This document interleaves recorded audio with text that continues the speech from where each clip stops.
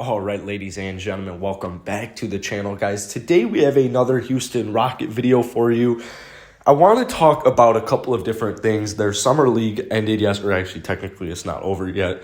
They played their fourth regular season summer league game, whatever you want to call it, yesterday to the Orlando Magic. Neither Jalen Green nor Jalen Suggs were playing. Josh Christopher played pretty good. We'll talk about that here a little later on in the video. I don't want to forget about that, but I want to talk about something right away. As you can probably tell from the thumbnail, I think the Houston Rockets made the right decision, and let me elaborate a little bit. So I saw that the Clippers traded for Eric Bledsoe yesterday, and the trade doesn't make sense. To just be honest with you, they gave up Rajon Rondo, Patrick Beverley. It just doesn't really make much sense, in my opinion, why they would want to go get Eric Bledsoe unless they still have hope in Eric Bledsoe. As a player, I think Eric's okay, but I think he isn't what he used to be, which is unfortunate. However, he still got gas left in the tank. What I'm saying is they gave up a handful of players for one player in Eric Bledsoe, and it made me start to think, could they be assembling a salary to trade for my guy, John Wall? And it doesn't make a whole bunch of sense, but it also kind of makes sense. The Clippers only have a handful of tradable contracts on that team that they would probably give us, like a Marcus Morris, Luke Kennard, and then maybe, Eric Bledsoe. But you've got to match $44 million, so that could be a reason they trade for Eric Bledsoe. So we don't know if John Wall is actually going to start the season for us next year, but I want to just go ahead and use a hot take and say I'm actually kind of glad that the Houston Rockets didn't trade either John Wall, Eric Gordon, Daniel House, or DJ Augustine, and here is why. The more I'm watching Summer League, the more I'm seeing good flashes. I see good flashes. There was a reason the Houston Rockets won 17 games last year. There was a reason that once John Wall was shut down, once KPJ, Christian Wood were shut down, we practically didn't win. There was a reason, and it's just because of the consistency of our team and how young it is. The reason I'm glad we kept all of our veterans is for a few different reasons. Number one, they can get their value up. I believe all four of those players can still get their value up, and I think that's what John Wall is going to do. I've made a video about the John Wall situation. On this channel, I made a video about the John Wall situation on my second channel, and it always comes back to... It honestly just always comes back to, you know what, it's not the end of the world that we're getting a 20-7 player back. The issue with John Wall is he's not a three-point shooter, which I guess isn't the end of the world, but he's super inefficient. John Wall can be just super inefficient. So John Wall, if he's not playing back-to-backs next season and if he's not efficient, then we're going to have probably the same exact John Wall, maybe a little worse than he was last season. However, at 30 years old, he's coming up on a contract year. This kind of might almost be a contract-esque year for John Wall, because if he wants to get bought out, go to a different team, and work out a long-term contract, now is probably his best time to get that going at only 30 years old if he has a good season, a healthy season. So if John Wall's playing in every game, the way I see it is, all right, sweet, we have a several-time All-Star in John Wall who is healthy, ready to give it all. And if he, sits in back-to-backs, well then, you know what, who cares? Now we can see more of KPJ. Now we can see Jalen Green. Now we can see all these guys get more minutes that they usually wouldn't if John Wall was going to play 35 minutes. So with John Wall, it's not the end of the world. With Eric Gordon, he still has gas in the tank. He's 32 years old, but he put up almost 18 points per game last season. If he doesn't get injured, I think he's going to be just fine for us. And by the trade deadline, there should be teams calling saying, hey, Eric Gordon, the former sixth man of the year, the guy who just dropped 18 points a game this season, I want to trade for him.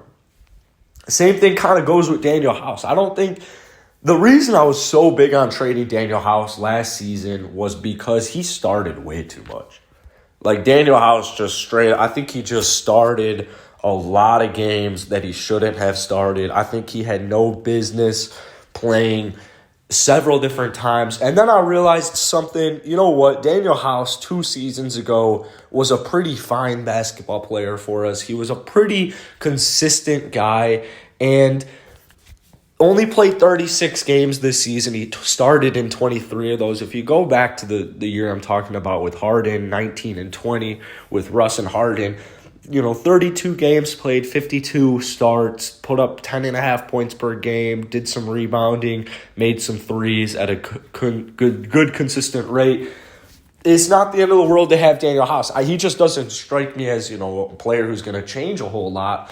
But here's what I think. I think teams need to re-see the value in Daniel House. Last season, it was just a down year. He wasn't shooting the ball well at all. He is a career from the field, a 54% shooter. Last season, he only shot 48% from the field. His three-pointer wasn't that bad at 35%. But I think Daniel House, if he gets himself back to kind of what he used to be, especially in those playoffs, our team will definitely be calling for Daniel House. And what you factor in all three of those players is for that veteran leadership, that veteran ability. I view this Rocket squad, and for some reason, I view them as a 100% play-in team. I don't see a reason that they won't be in that play-in tournament competing or around the play-in tournament spot. And I just think that having those 4 veterans teaching and mentoring these young 4 guys, or teaching all of our guys, not just our 4 rookies, it's probably giving us our best chance. So, yeah, if John Wall wants out, that's cool, but I'm going to use every last bit I can get out of him. Eric Gordon, same thing with him. Daniel House, same thing with him. Rafael Stone knows something. He knows no matter what, no matter who he's traded, no matter what contract he's trading, even if it was the worst contract in the NBA, like John Wall's contract very well could be, who cares? He's going to get value back. So I really like Rafael Stone, as you guys are aware, and I really trust in his ability. So that's all I have to say about that. Let's talk about last night's Summer League game. Obviously, like I said, no Jalen's. Josh Christopher led the way with 22 points. A lot of downsides about Josh Christopher's game last night, too. He did end up having 7 turnovers. He only shot 2 and 9 from deep, 7 and 19 from the field. But this is what Summer League's for. It's still nice that if he's having a bad shooting night, it's not like the whole night's over. It's not like he's going to go 0 of 19. I guess that's the bright spot. He's still able to find his spots, get to his spots. A lot of the threes, they give me a huge headache, but I know he's not going to be pulling this shit in the regular season. So that gives me some hope. Anthony Lamb, 17 points, 7 rebounds for him last night. He shot 5 of 11 from deep. So heavy game, Anthony Lamb. It literally comes 2 days after I make a video saying we need to get Anthony Lamb back into the G League. Alfred Şengün, he had a pretty solid game last night. He also had 4 turnovers, but hey, who didn't have a handful of turnovers on the Rockets?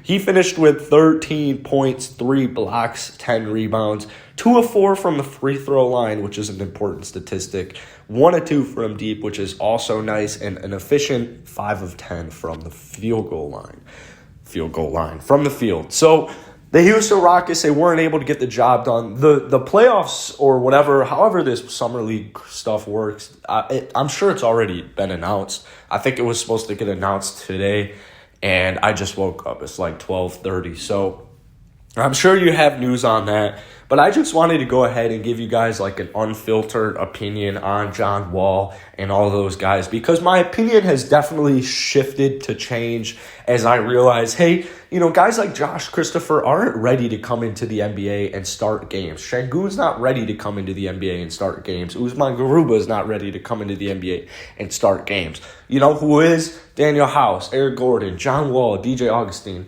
Not trying to say I want all 4 of those to start at the same time, because I think you know my answer to that. But what I am trying to say is, hey, I think there isn't really a reason to rush it as much as we're thinking, because look at us last season. We started with Harden, we started with Russ, we started with all these players, and we were kind of worried about, hey, is KJ Martin going to play? Is Jayshawn Tate going to play?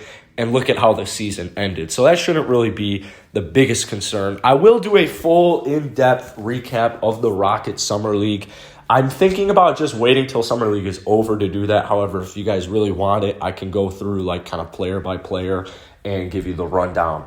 That's it for today, guys. If we could get this video to 100 likes, that would be awesome. Hit that sub button if you're new here too, and I'll see you guys later.